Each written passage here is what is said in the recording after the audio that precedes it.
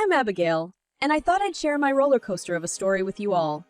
It all started a few months ago when I landed a job at a fancy office downtown. I was ecstatic, to say the least. Finally, my dreams of working in a professional environment were coming true.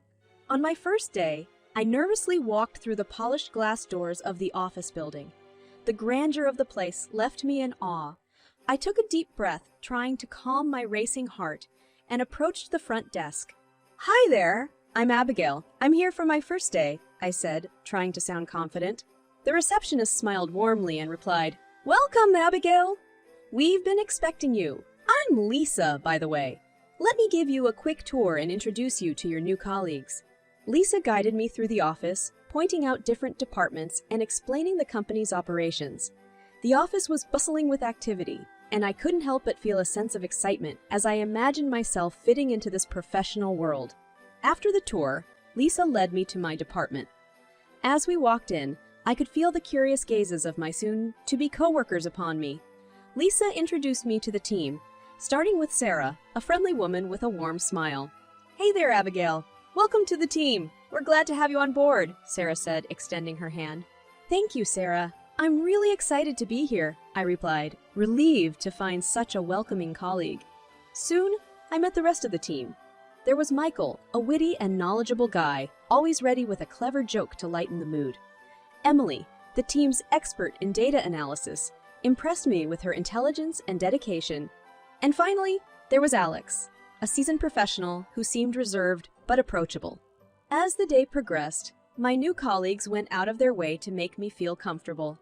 They shared tips and tricks, helping me navigate the company's systems and procedures. It was evident that they genuinely cared about my success. During lunch break, we all gathered in the office cafeteria.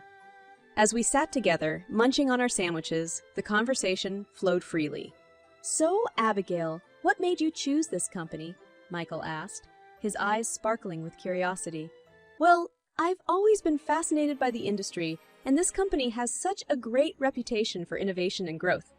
I knew it would be the perfect place to kickstart my career," I replied, grateful for the chance to share my aspirations. "That's awesome! You'll fit right in. We're a tight-knit team here, always supporting each other," Emily chimed in, offering me a warm smile. Throughout the day, my coworkers continued to extend their support. They patiently answered my questions, shared their experiences, and made me feel like a valued member of the team. It was a refreshing change from the competitive and cutthroat environments I had heard about in other offices. As I left the office that evening, my heart was filled with hope. I knew challenges would come my way, but surrounded by such friendly and supportive colleagues, I felt ready to tackle anything. From the moment I stepped foot into the office, Mr. Thompson made it abundantly clear that he had little regard for my presence. His stern gaze and critical comments were a constant reminder that I could never quite meet his impossibly high standards. One morning, as I settled into my desk, diligently working on a project, Mr. Thompson suddenly appeared behind me. His voice dripped with condescension as he pointed out an inconsequential formatting error. "Abigail, do you even pay attention to the details? This is unacceptable. Fix it immediately," he scolded, his tone laced with disdain. I nodded, my confidence crumbling under his constant barrage of criticism. It seemed that no matter how hard I worked or how much effort I put into my tasks, it was never enough for him. The worst part was the silence from my colleagues. They witnessed Mr. Thompson's harsh treatment but chose to remain silent spectators. Perhaps they were fearful of facing his wrath themselves, or simply didn't want to get involved. Regardless, their silence left me feeling isolated and unsupported. One afternoon, as I sat at my desk, engrossed in a project, Mr. Thompson stormed into the office, his face red with anger. His eyes locked onto mine, and I knew trouble was brewing. "Abigail, how many times do I have to tell you? Pay attention to the details. This report is riddled with mistakes. You're an embarrassment," he bellowed, his voice echoing through the otherwise silent room. My heart sank, and a wave of frustration washed over me. I knew I had put in my best effort, yet it was met with relentless criticism. Feeling defeated, I gathered the strength to reply, "I apologize, Mr. Thompson. I'll make sure to double-check everything from now on." He scoffed dismissively, clearly unimpressed by my response. With a disdainful look, he ordered me to his office, where he planned to further berate me for my perceived incompetence. As we entered his office, he locked the door behind us, trapping me inside with his toxic presence. The room suddenly felt suffocating, and I braced myself for what was to come. "You need to learn your place, Abigail. I'm not here to hold your hand or coddle you. You have to work twice as hard to prove your worth," he sneered, his words dripping with malice. His proximity and the intensity of the situation sent shivers down my spine. I felt a surge of panic, but I refused to let him break me. In a moment of bravery, I mustered the courage to speak up. "Mr. Thompson, this is not how a boss should treat their employees. I deserve respect, and I won't tolerate this kind of behavior." His face twisted into a cruel smile. "Oh, really? And what are you going to do about it? No one will believe you." As he moved closer, invading my personal space, I knew I had to escape. Summoning all my strength, I pushed him away and sprinted towards the door. I burst out of his office, feeling a mix of fear and adrenaline pumping through my veins. That was the breaking point, Reddit. It was clear that I had to take matters into my own hands. No one should have to endure such treatment in the workplace. And so, a fire ignited within me, fueling my determination to seek justice and put an end to Mr. Thompson's reign of terror. As the days went by, it became apparent that my coworkers, who had initially welcomed me with open arms, had fallen into a pattern of silence. They watched silently as Mr. Thompson berated me, scolded me for trivial mistakes, and crushed my self-esteem. One afternoon, after another confrontation with Mr. Thompson, I found solace in the quiet corner of the office. Emily, sensing my distress, cautiously approached me. "Abigail, are you okay?"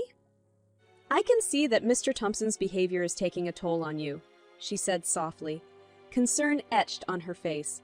I sighed, feeling the weight of my frustration and disappointment. It's disheartening that nobody speaks up. We're supposed to be a team, but when I face his wrath, it feels like I'm all alone." Emily's expression turned sympathetic, her voice filled with understanding. "I know it seems that way, Abigail, but people might have their reasons for not speaking up. Fear, insecurity, or perhaps they simply don't know how to handle the situation." Her words struck a chord within me. I realized that the silence of my colleagues might be more complicated than it appeared on the surface. Still, I couldn't help but yearn for their support during these trying times. The following day, during lunch break, I gathered the courage to address the elephant in the room. Seated around the table, I looked at my colleagues and took a deep breath. "Guys, I need to talk to you about something important. It's about the way Mr. Thompson treats me and how it makes me feel. I understand that it's a difficult situation, but I hoped I could count on your support," I began, my voice quivering with vulnerability. Sarah, ever empathetic, reached out and placed a comforting hand on mine. "Abigail, we're so sorry for not speaking up earlier. You're right, no one should have to endure such treatment. We should have been there for you, and we apologize for our silence." Michael, with a solemn expression, chimed in, "Abigail, I want you to know that we value you as a colleague and friend. We may have been silent, but it doesn't mean we condone Mr. Thompson's behavior. We just didn't know how to handle it." I nodded, appreciating their honesty and willingness to address the issue. "Thank you, both of you. It means a lot to hear that. I think it's important for us to stand up against such mistreatment and create a safe and respectful work environment." Emily spoke up, her voice firm with determination. "You're absolutely right, Abigail. We can't let this continue. Let's brainstorm some ideas on how to confront this situation and support you." Together, we spent the lunch break discussing strategies to address the issue. We considered documenting instances of Mr. Thompson's abusive behavior, seeking guidance from human resources, and exploring options for external support. The conversation marked a turning point. It was a collective realization that we had the power to challenge the status quo and make a difference. Although it was daunting, I felt a renewed sense of hope knowing that my colleagues were now willing to take a stand against Mr. Thompson's misconduct. In the upcoming chapters, Reddit, I'll share how we put our plans into action and the ripple effects it had on our workplace dynamics. It's a story of unity and the strength that emerges when we choose to break the silence. The tension in the office had reached its peak. Mr. Thompson's relentless belittlement and abuse had taken a toll on my mental well-being, but I was no longer willing to endure it in silence. With the support of my colleagues, we devised a plan to gather evidence and bring Mr. Thompson's misconduct to light. One fateful day, as I walked down the office corridor with a folder of crucial documents in my hands, I felt a sudden jolt on my shoulder. Before I could react, I stumbled, losing my grip on the folder. The papers scattered across the floor, a scene of chaos and disarray. I looked up, and there he was, Mr. Thompson, wearing a malicious smirk. He wasted no time in seizing the opportunity to berate me once again. "Abigail, look at what you've done! You can't even handle a simple task properly," he sneered, his tone dripping with contempt. I clenched my fists, my anger mixing with the determination to no longer be a victim. As I gathered the fallen documents, I locked eyes with my colleagues who watched the scene unfold from a distance. This was the breaking point. I mustered every ounce of courage within me and met Mr. Thompson's gaze. "You know what, Mr. Thompson? This isn't just about a few dropped papers. This is about your constant harassment and mistreatment towards me and others in this office." His face contorted with surprise, but he quickly regained his composure. "Don't be ridiculous, Abigail. You're blowing things out of proportion. Now, clean up this mess and get back to work." I stood my ground, refusing to be silenced any longer. "No, Mr. Thompson, I won't let you dismiss this. I have evidence of your behavior, and I'm not going to tolerate it any longer. This ends now." With determination in my voice, I turned to my colleagues. "Guys, I need your support. I've gathered surveillance footage documenting Mr. Thompson's harassment. It's time to bring this to It's time to bring this to light and hold him accountable." Sarah stepped forward, her voice unwavering. "Abigail, you can count on us. We stand with you, and we won't let this injustice continue." Michael and Emily nodded in agreement, their expressions filled with determination and support. The following days were a whirlwind of collecting evidence, documenting incidents, and preparing for what lay ahead. We met secretly, strategizing and analyzing the surveillance footage, highlighting the moments when Mr. Thompson's misconduct was captured. Finally, armed with undeniable proof, we filed a formal complaint with the company's Human Resources Department. The evidence we presented was irrefutable, leaving the ER team with no choice but to launch a thorough investigation into Mr. Thompson's behavior. During the investigation, other employees, previously silenced by fear or uncertainty, found the courage to speak up and share their own experiences of Mr. Thompson's harassment. It became clear that his toxic behavior had affected numerous individuals within the office. One morning, as I arrived at the office, I noticed an eerie tension in the air. Whispers circulated among my colleagues, their expressions a mix of concern and confusion. Emily approached me, her voice trembling as she relayed the shocking news. "Abigail, you won't believe what happened. Last night, someone broke into the office and vandalized it. They destroyed important files, tampered with equipment, and left a chilling message on the walls." My heart sank, a mix of anger and disbelief coursing through my veins. How could someone stoop so low, targeting the very place we had worked so hard to rebuild? Together, we walked through the aftermath of the despicable act, surveying the damage. Files were torn apart, computers lay in disarray, and the message scrawled on the wall sent shivers down our spines. "Silence won't save you." It was a chilling reminder that our fight against Mr. Thompson's harassment had provoked a dangerous response. The vandal sought to intimidate and silence us, to make us cower in fear. Sarah joined us, her voice laced with determination. "We can't let this break us. We've come so far, and this act of intimidation won't stop us from seeking justice and creating a safe workplace. We need to report this immediately." With a newfound resolve, we reported the incident to the authorities and the company's higher management. The gravity of the situation was not lost on them, and they promised a thorough investigation to identify the perpetrator. Days turned into weeks, and the office slowly regained its sense of security. Increased security measures were put in place, and we received support from both the company and external resources to help us through this difficult time. During one of our team meetings, Michael voiced his frustration. "Who could have done such a thing? It's clear that someone wanted to strike fear into our hearts, but we can't let them win." Emily chimed in, her voice filled with determination. "Absolutely, Michael, we've been through so much already, and this incident only strengthens our resolve. We won't be silenced. We'll stand even stronger together. United in our determination, we vowed to continue our fight for a safe and respectful workplace. We refused to let fear dictate our actions or deter us from seeking justice." As the investigation unfolded, the truth slowly came to light. It was revealed that the vandalism was orchestrated by a disgruntled former employee who had harbored resentment towards our efforts to expose Mr. Thompson's misconduct. The evidence was strong, and the perpetrator was held accountable for their actions.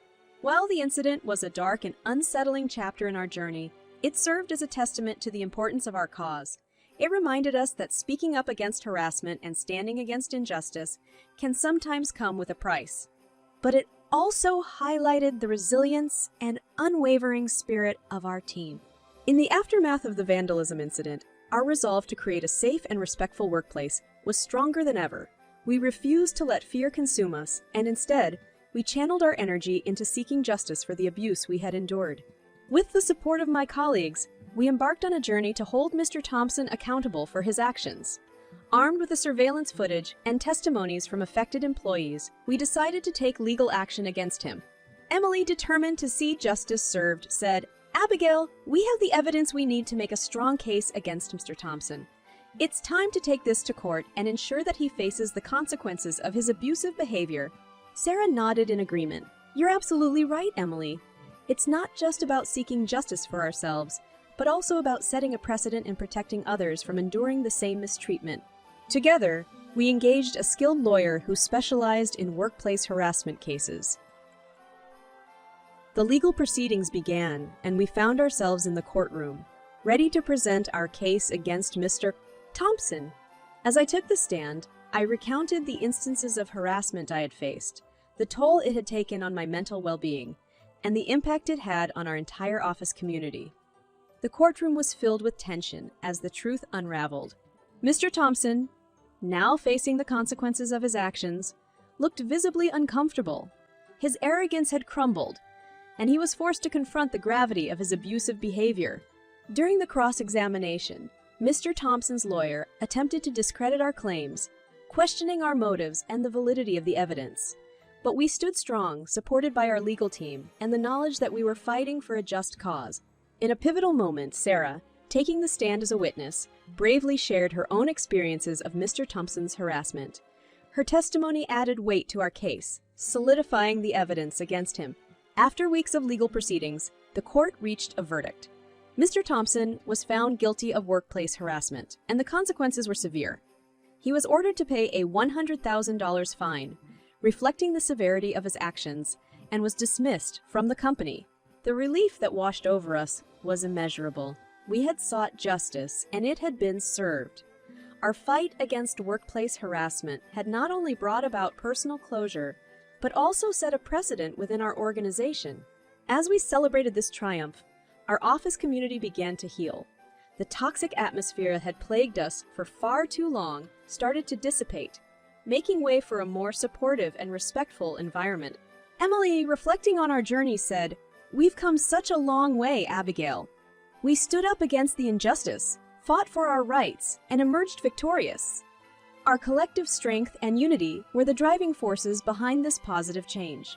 Michael added, "Absolutely, Emily.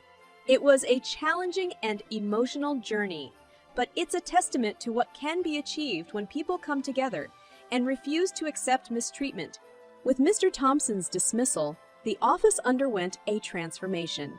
New policies were implemented to prevent harassment, and training programs were introduced to promote a culture of respect and inclusivity. As the final chapter of my office saga comes to a close, I can't help but reflect on the incredible power of resilience and standing up for what's right. Our fight against workplace harassment ignited a change that rippled